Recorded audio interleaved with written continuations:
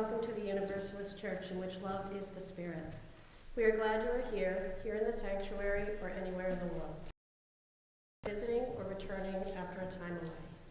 I'm Sherri, Englehart-Shea, one of your representatives on our Board of Trustees. If you are a visitor, we hope you'll talk with our welcome team or visit our webpage, www.westhartforduu.org, to learn more about us. Our guest book or online contact page will help get onto our electronic mailing list. Our electronic communications are the best way for us to stay connected. We look forward to helping you become a part of the Universalist Church. We're in the season of colds, flu, and COVID, with many more people feeling ill right now. Masks are always welcome here, and we encourage you to stay up to date with your vaccinations. If you're unvaccinated or would like a mask, our ushers have some that we're happy to share. After worship, we'll have fellowship in Fisk Hall and through Zoom. If you need help finding your way to Fisk Hall for our fellowship hour, any member of the church will be happy to guide you. Just look for someone wearing a Universalist Church name tag. You can find the link for Zoom in your weekly news or our Breeze calendar. If you aren't getting the weekly news, please sign up for it on our website. Today we'll be meeting in Fisk Hall as well as through Zoom to ratify our annual budget for this fiscal year. Please plan on attending our community meetings so that we meet the needed number of participants to meet our quorum requirements for our voting process.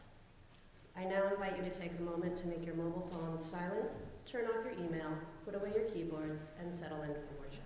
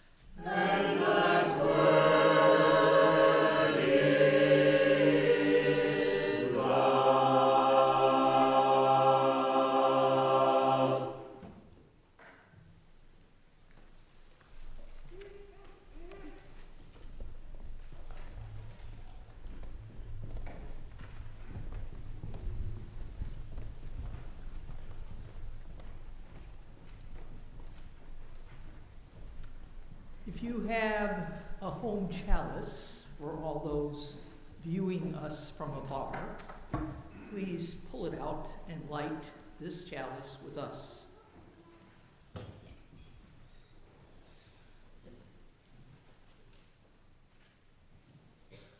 As we light this chalice, may we be reminded to embrace our history and the mystery of grace that surrounds us in it. The mystery that called to all our ancestors and their family members as they celebrated the International Holocaust Remembrance Day this past Friday. That ever-present reality that describes and touches us often, deeply and endearingly. And yet we can't exactly describe how grace touches us, but it does. May we be grateful that grace calls us always to go deeper, to remember in our core humanity who we are called to be and who we are called to become each and every day that is filled with grace. Our opening hymn is hymn 219 in the gray hymnal. Please rise in body or in spirit in the sanctuary or wherever you happen to be.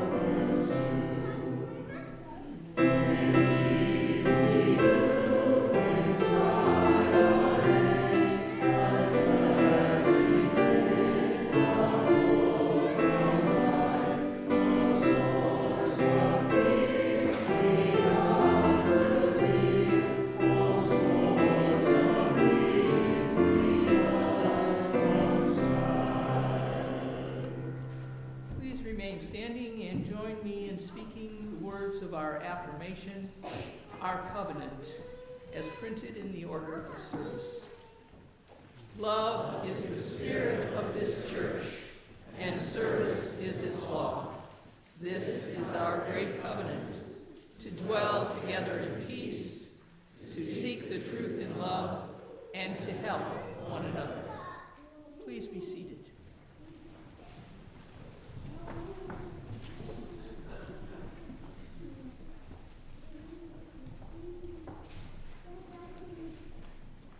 Our time for all ages today is a difficult story to tell, but the child who wrote it, she is someone who has shared it in order that the story be told.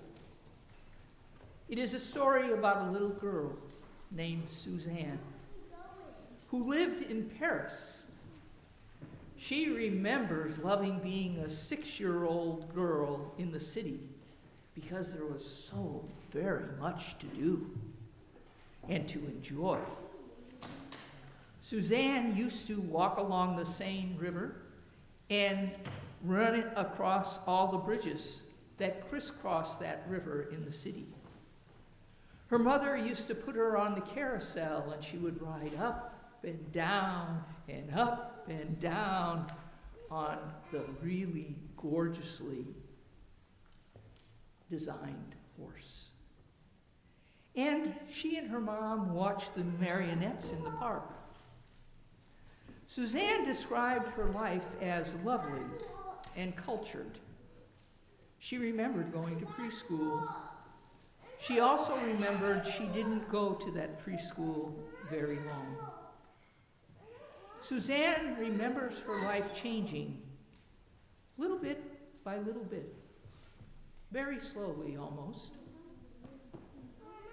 Then, the first change in her life was she wasn't allowed to go outside anymore. Then there were the very loud noises outside the building where she lived that were really, really scary. She was told eventually that all the shouting and the noises were because their area of the city was occupied. She really had no idea what the word occupy meant. After all, she was only 7 years old. Suzanne remembers a very hot August day when her father stood at their apartment window on the 3rd floor of their building and said, "They're here." Immediately, her mom pushed her under the bed. She could hear boots on the stairs coming to their apartment home. There was loud banging on their door. Suzanne remembers her parents stayed in the bedroom with her, but then she heard an axe puncture the door. The soldiers grabbed her parents and told them that they had to pack a bag. "Hurry up," they shouted. During all this noise and disturbance, Madame Collum, Susan's next door neighbor, came into the room and grabbed Suzanne, saying to the soldiers who were there, "What's my child doing in this apartment?" Madame took Suzanne's hand and took her away. What Suzanne learned later is that if the soldiers had realized that Madame Collum had been doing what she was doing, they all would have been shot in that moment in time. Suzanne spent the next 2 or 3 weeks underneath Madame Collum's dining room table in a lovely bed that she had created for her there. She was lonely and very scared. She had nightmares there, and she never saw her parents again.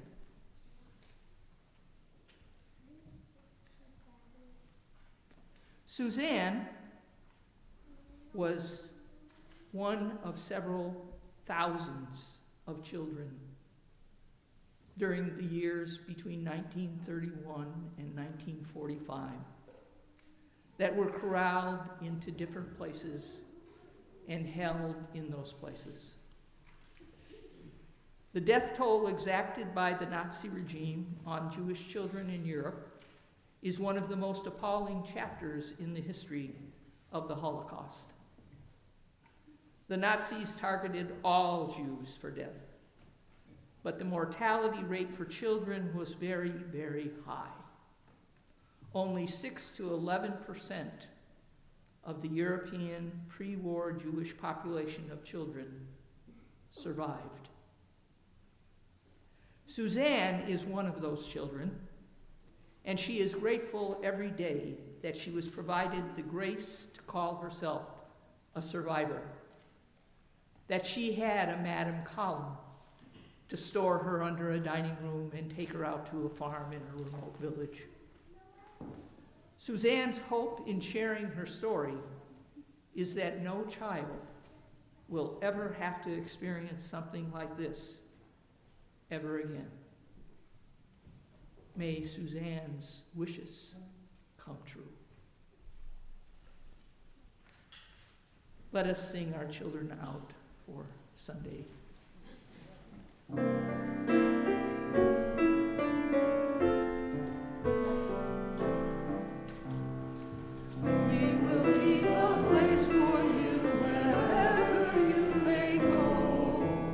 Will sustain this war.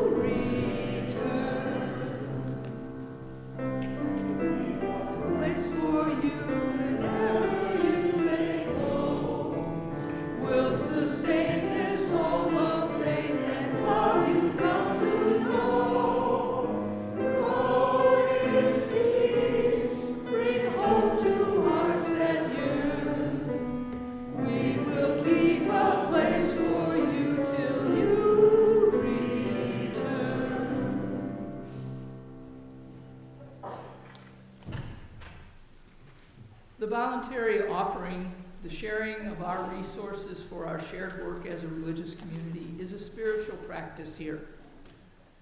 By offering your time, talent, and treasure to this community, you help us serve the members, friends, and wider community of this congregation.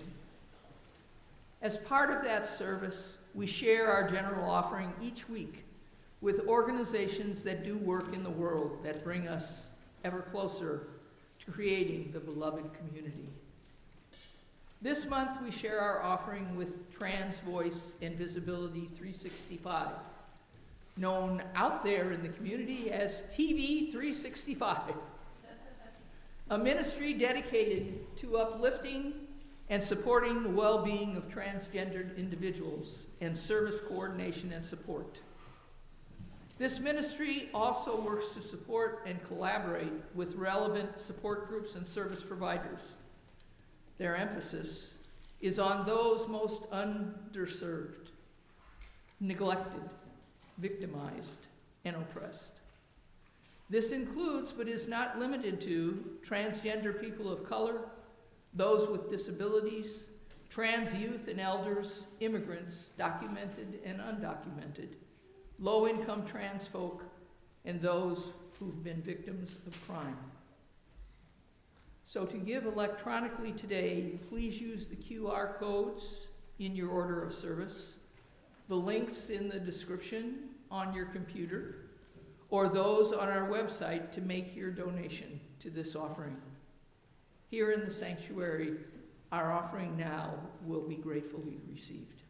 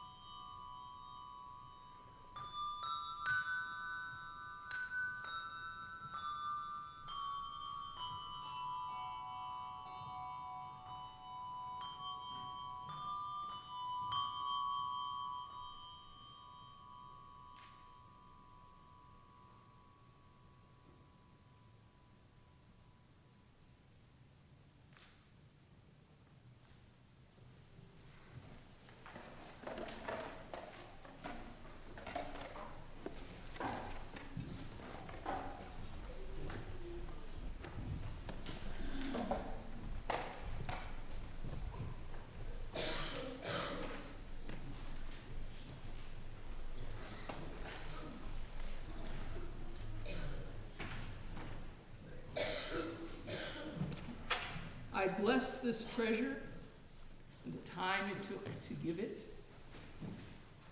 so that it will help this community, but also extend the love that created this treasure into the larger community.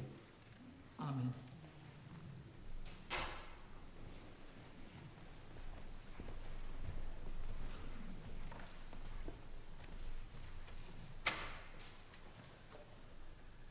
Please rise in body or spirit as we speak our congregational reading, number 439, We Gather in Reverence. This reading is written by Sophia Lyon Fowles.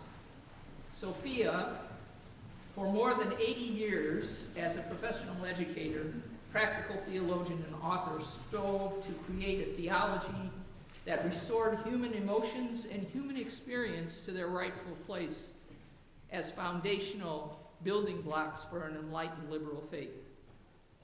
I will speak the words in Roman type, and we will all speak together the words in italics. We gather in reverence before the wonder of life. The wonder of this moment. The wonder of being together, so close, yet so apart. Each in our own secret chamber. Each listening, each trying to speak. Yet none fully understanding, none fully understood. We gather in reverence before all intangible things that eyes see not, nor ears can detect.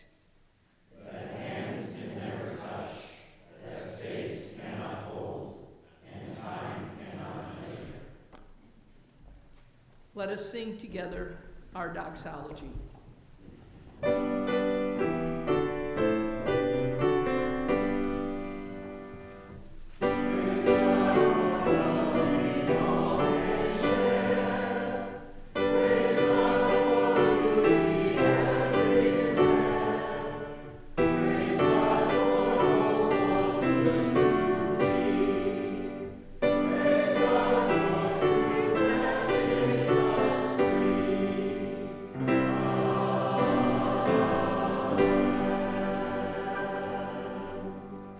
Please be seated.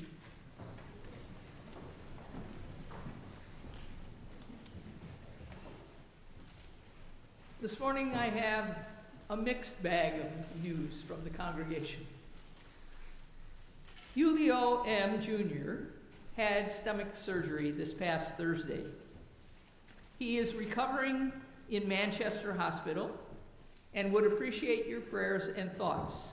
The surgery was very successful, by the way. You can place cards for him in our card basket on the table as you go out today, leading into our sanctuary from across the program center.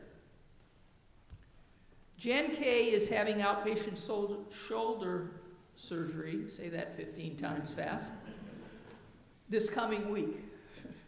Please extend your thoughts and wishes for a successful procedure to her. Krista H. is still recovering, but there are many signs of hope on the horizon. She hopes to be home this week. I will keep you informed of her process and procedure. And finally, I invite all of you to Fran T's memorial service, which will be held on Saturday, February 12th at 1 p.m. here in our sanctuary, followed by a reception in the program center afterwards. Let us also include in our prayers the family, friends, and neighbors of Tyree Nichols, the latest young black man killed by police, as they mourn the loss of their son, husband, father, friend, brother. And may we pray that each one of us acknowledge and take action to root out our collusion with the racist systems of which we are a part. The systems that still today, each and every one of them, mete out injustice, violence, and hatred. We pray today with the words of Reverend Marta Valentin, to which I added mine. We pause this morning from the chaos of the world to reclaim the beauty within these walls that carry us through our week.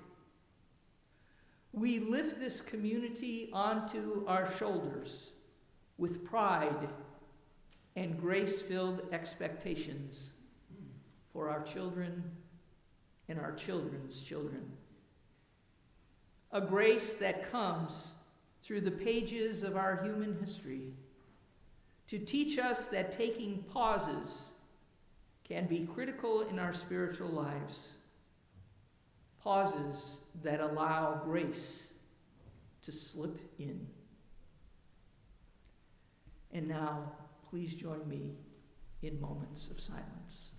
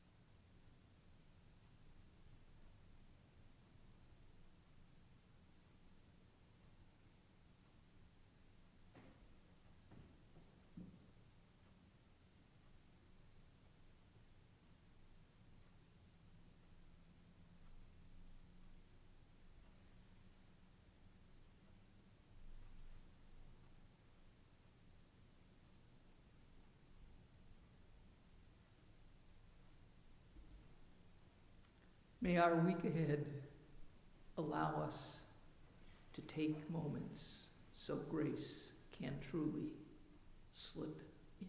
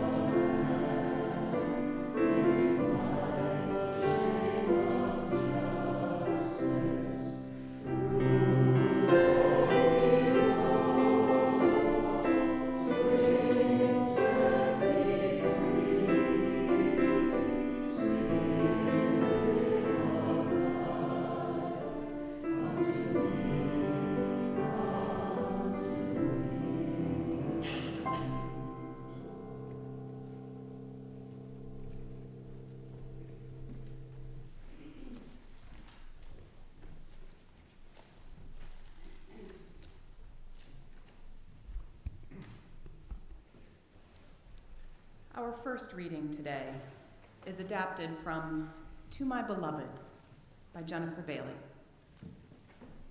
Hear these words from the New York Times best-selling writer, Adrienne Marie Brown. Things are not getting worse. They are getting uncovered. We must hold each other tight and continue to pull back the veil. I don't know about you, but the suggestion that things are not getting worse comes as a surprise. Each day, we are inundated with images, videos, and words from screens and social media feeds about how divided we are, and questions about whether our nation will be able to survive. The message is clear. These are dark days. the likes of which we have never seen in our 240 plus years. Yet, we have inhabited darkness before. On the fields of Gettysburg, at the F.W. Woolworth lunch counter in Greensboro. We have forced Native sons and daughters to walk a trail of tears in the name of manifest destiny. Exploited laborers in the name of economic progress. And placed our citizens in internment camps in the name of national security. When I listen closely, I can hear the voices of our ancestors crying out from the soil across time with one voice. Remember! Remember! There is power in memory. That is why I believe that the ancestors continue to call us to it.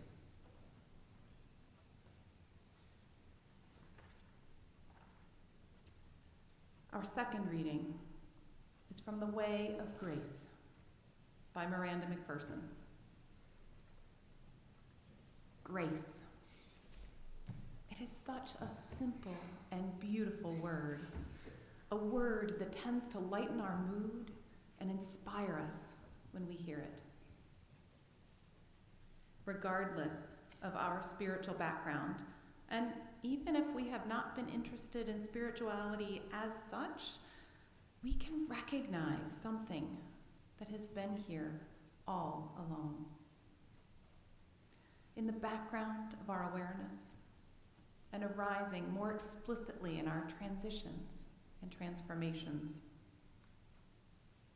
Grace is not a thing.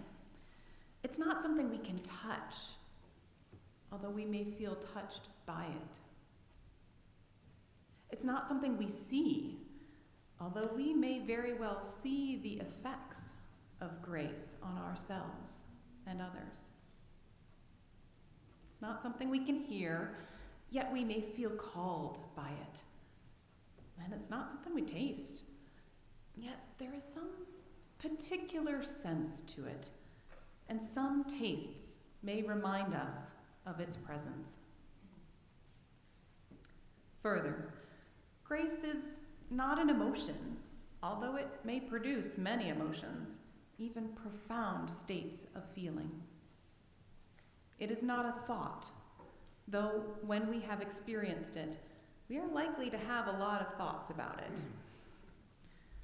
It is not a sensation, although the action of grace may well produce sensations in our body.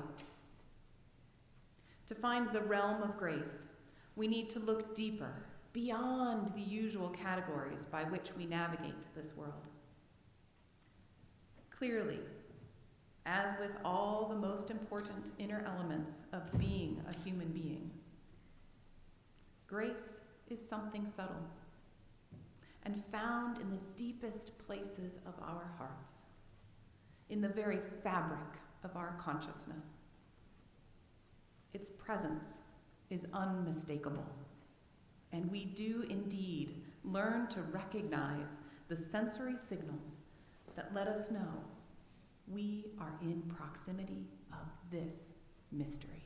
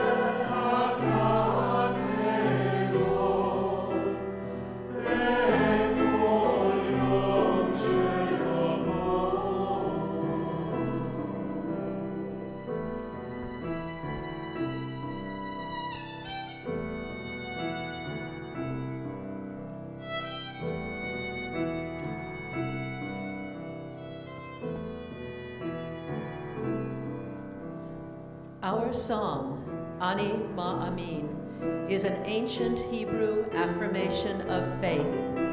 The text, which is centuries old, can be interpreted as follows.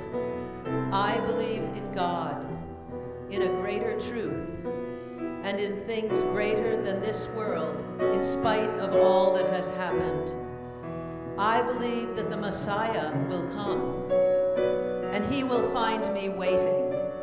No matter how long he tarries, no matter how long he delays his coming, I will continue to believe. No matter what the future holds, I believe. The song has had a rich history in the heart of Israel. It gained its greatest significance, however, during the Holocaust. Thousands of Jews entered the gas chamber, singing this very song, proclaiming allegiance to God until their last breath. Eyewitness accounts tell us that the music would decrescendo to silence only as the gas choked the singers.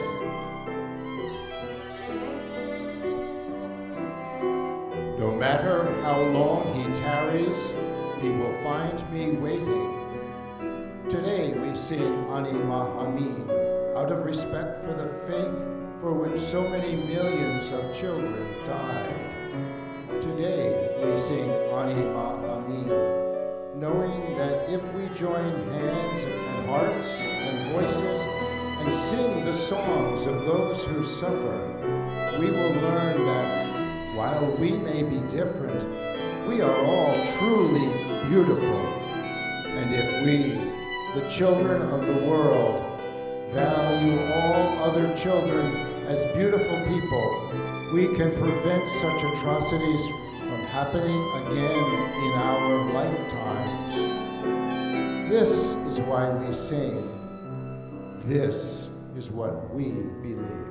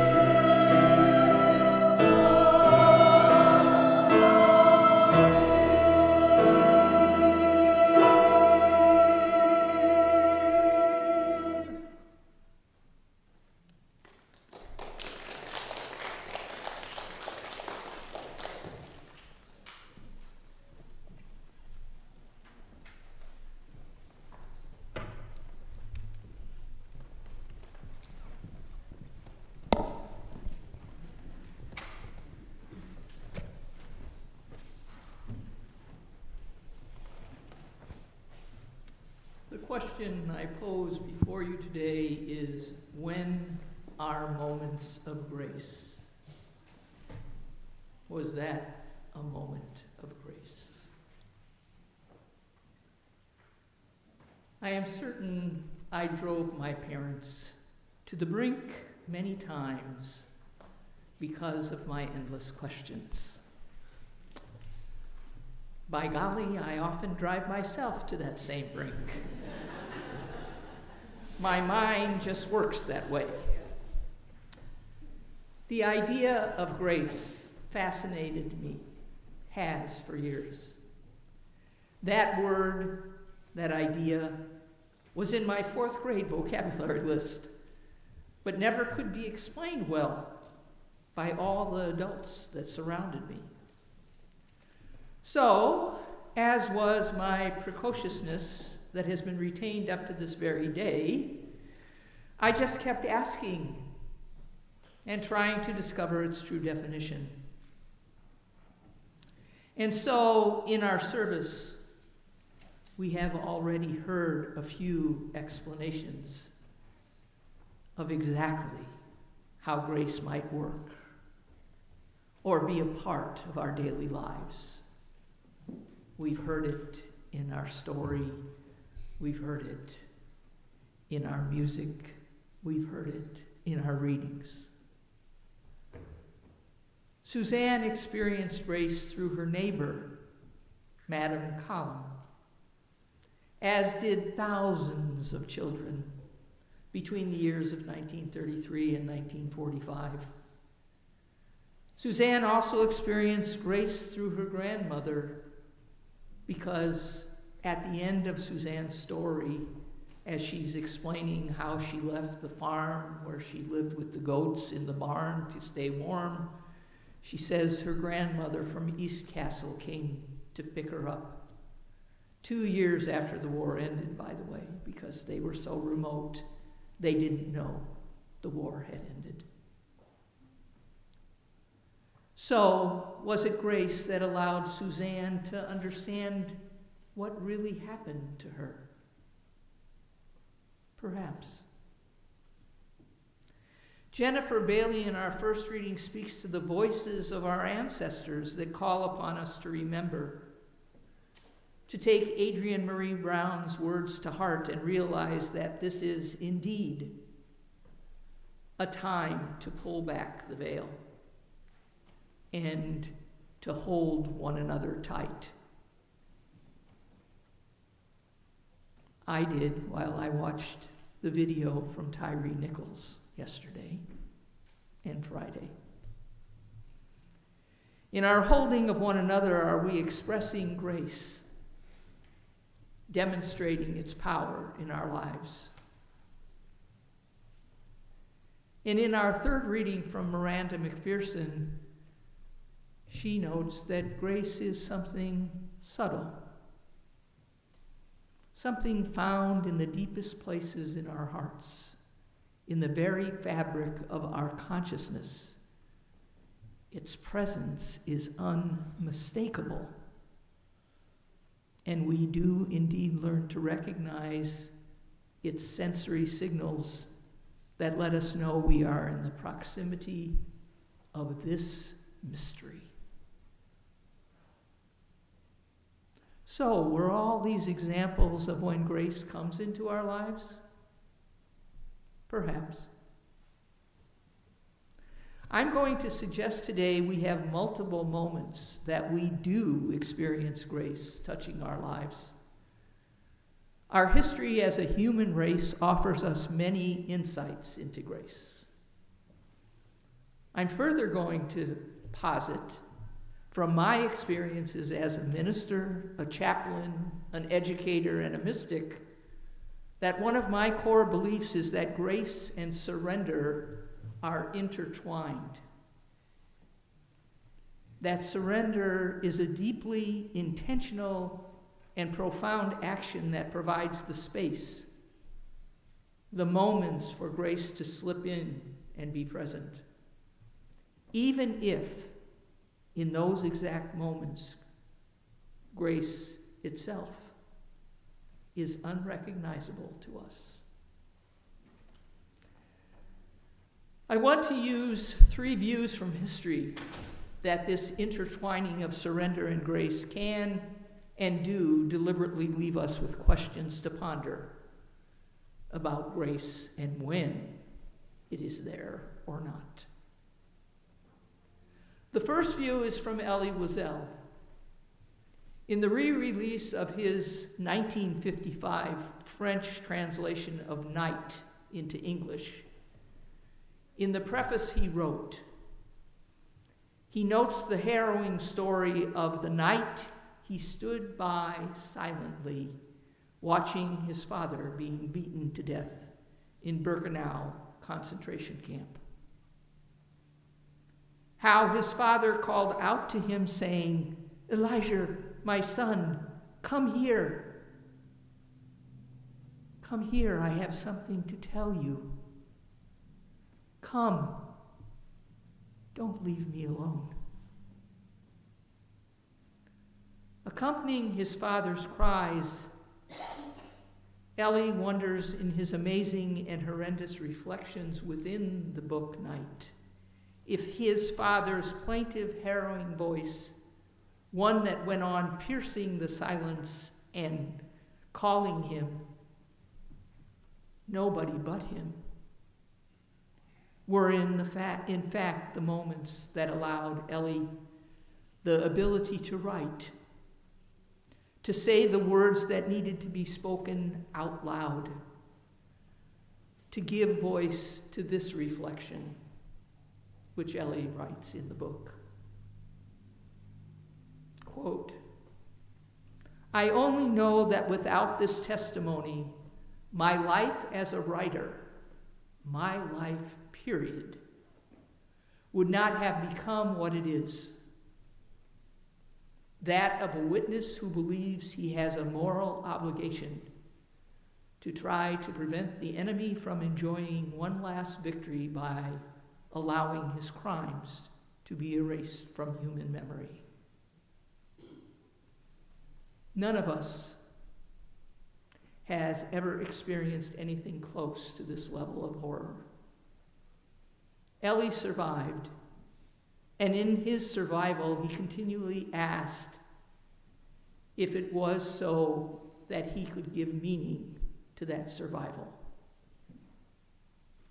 Were his moments in Birkenau with some 600 or more children surrendering to the realities of inhumane cruelty moments of grace? Some of the children who have written about that experience respond by saying, "Absolutely." Others, who are still living with the horror, like Suzanne, in their memory, aren't quite sure. The second view I wish to share is from a book called Only What We Could Carry, which is a book of essays pulled together about the Japanese-American internment experience. This quote is from the essay Statement to the Commission by Elaine Black Yoneda.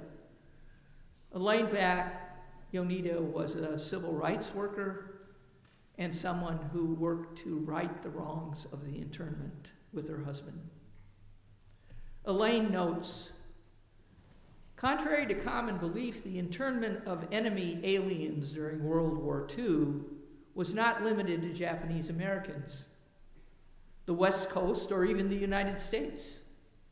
Simultaneous forced evacuations and internment incarcerations occurred in Alaska, Canada, Mexico, Central America, as well as parts of South America, Haiti, and the Dominican Republic. Within the camps, boredom, frustration, and political friction, both between the administration and the internees and between different generations of Japanese internees, grew into physical harassment and violence." Elaine describes the beginning of the internment. About 7:45 a.m. on December 8, 1941, 3 FBI agents came looking for my husband, Carl. Carl was a longshoreman working on Pier 45 in San Francisco. He was born in Glendale, California, but raised in Hiroshima. The agents searched our small upper 4-room flat, taking nothing, and made snide remarks as they looked through my Christmas War relief cards that I was preparing for Christmas and New Year's messages. They called them a good cover for pro-Japan activity. Soon after they left, I was informed by two neighbors that additional agents with submachine guns had been posted on roofs facing the front and rear entrances to our home. Elaine was 35 years old in 1941, and she began keeping a diary. And the reason she kept it was because she and Carl felt that the internment of the Americans of Japanese ancestry without any hearings or trials would have to be addressed someday. So, in this view of our humanity, in the 8 months Elaine spent in the encampment, when were there moments of grace? Did all those people who lived in the Manzanar and Death Valley camps try desperately to aid and help one another? Were those moments of grace? In our moments of grace now, in 2023, do we extend our love and compassion to our Asian neighbors, colleagues, and friends? Does our extension of grace have boundaries rather than an encampment that we will not cross? The third and final view is from Michael Dyson's book, Long Time Coming, Reckoning with Race in America. The device Michael uses throughout his book is that of writing to previously killed young Black Americans and asking them questions about the moments unfolding before us in our daily living. Here is one particularly poignant example. My dear Emmett, meaning Emmett Till, the siege of Black Death at the hands of our fellow citizens and by nature's fury has brought our nation to its collective senses. Rarely has the tragic fact of Black Death been as urgently in need of interpretation and engagement as at this moment. America has been trying for a couple centuries now to reconcile its self-image as a shining beacon of democracy with the nation's corrupted and unjust practices. We have promised time and time again to change from within, motivated by some crises, moved by some uprising, shamed by some catastrophe that wore on our consciences. Mr. Dyson then asks questions centered, I feel, to have us be in the moment, appreciate our time of grace. He asks, something feels different now, but how far are we willing to go? Are we prepared to sacrifice tradition and convention for genuine transformation? Are we ready to reckon with the disastrous social forces that have been unleashed in such an unprecedented fashion? Miranda McPherson tells us in answering her question of what is grace, that grace is the living presence that brings online the qualities of our true nature. Those divine qualities are sown into the very fabric of our very being, so they are always present. She notes that grace has 4 primary dimensions, or ways that it comes alive. The when that we've been considering today. Grace is simultaneously, she writes, the unchanging ground of your being. Grace is the blessings that refine, uplift, and nourish you. Grace is the transforming power that lifts your veil. And ultimately, grace is more easeful, spiritually elegant, a way of being in this world from a consciousness way beyond it. But every dimension of grace needs space. It needs you to empty out your fixed positions and presumptions. Sometimes even your cherished spiritual you values. And so we hear yet more words that speak to us about the intertwining of grace and surrender. We have to take time to allow the moments when the wonders of the divine can slip in, not just on Sunday mornings. May grace be with you this week ahead, and may you make room so grace can really slip in. May it be so.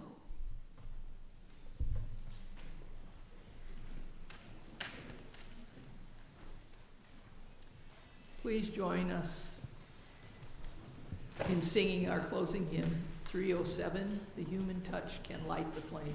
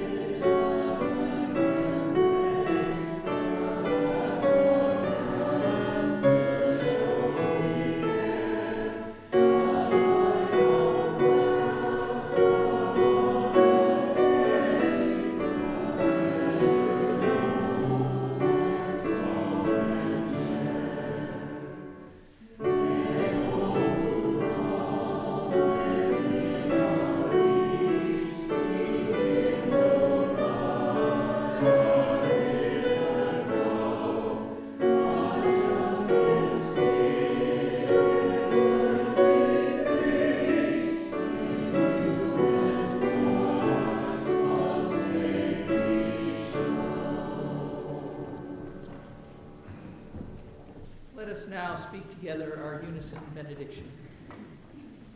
Engage with the world in peace. Have courage. Hold on to what is good. Return to no person evil for evil. Strengthen the faint-hearted. Support the weak.